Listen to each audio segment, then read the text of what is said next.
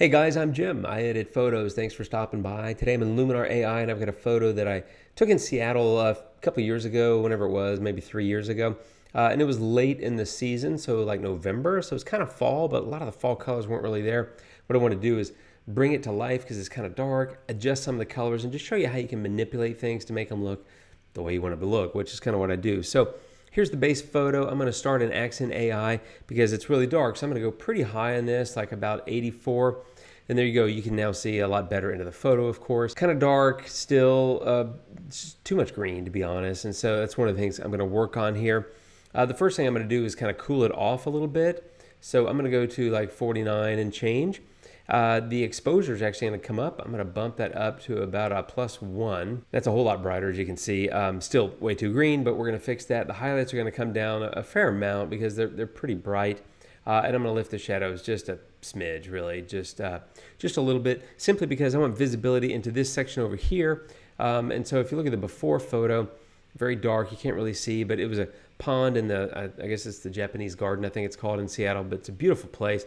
But you know, you get these nice reflections, you get this beautiful rock, all these beautiful trees with just kind of, I don't know, this is pretty, but it's really green. It's too green for me. And so I'm going to make some adjustments to that. Now, the first thing I want to do is actually reduce the structure. So I'm going to pull that down, about something like that. And I'm going to go ahead and paint that in. And what I want to do is paint this negative structure into the sky and water. So let me do that real quick, and then I'll pick this back up. Okay, so there we go. I've got that negative structure into where I wanted it in the water and in the sky. Just a little bit of a smoothing, just a thing that I do.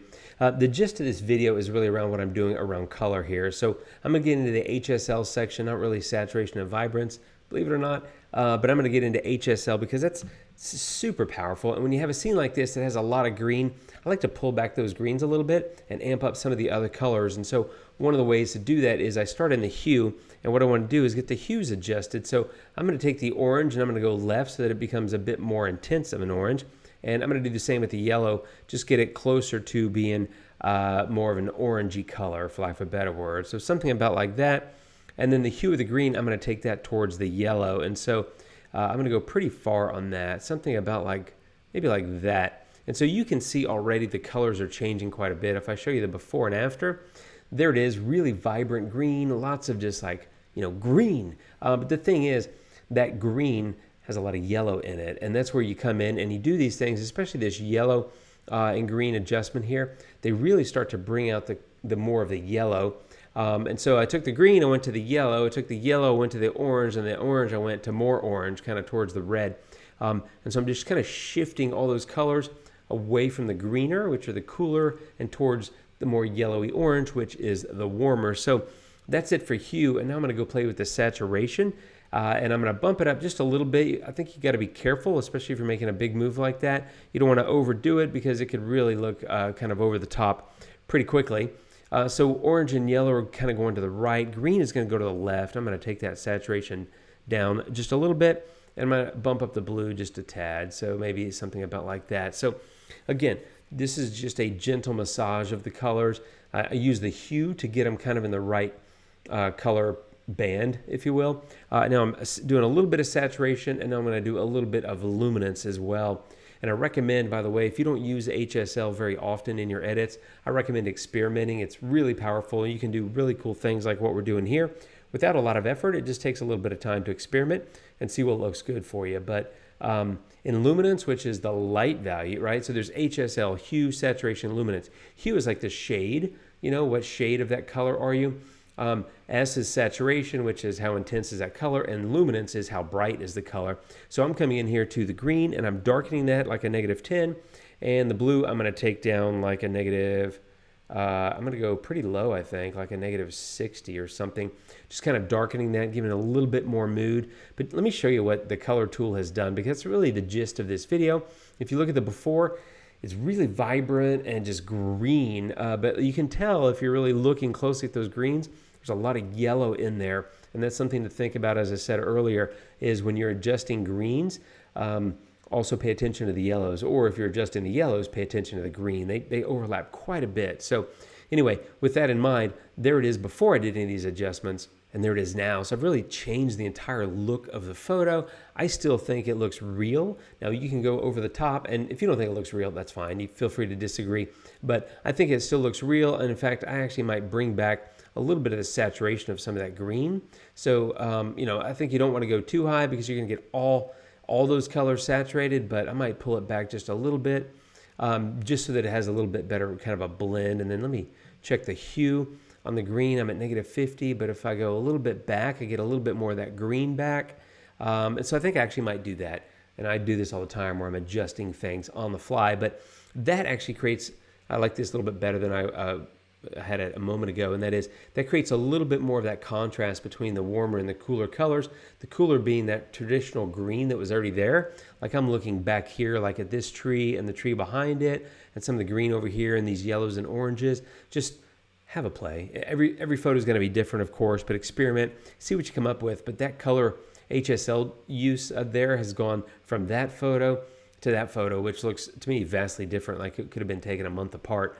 Now I'm going to pop into mystical. I want to do just a little bit there, like a 25, and that's just simply because I like it. It does add a little bit of contrast, a little bit of mood, add back a little bit of shadow, but that's okay because I was so bright with the Accent AI and the shadow movement and the exposure lift that I did with the light tool, but I still think that looks good and reasonable. And the last thing I'm going to do, which does a little bit of shifting of the light as well, is super contrast.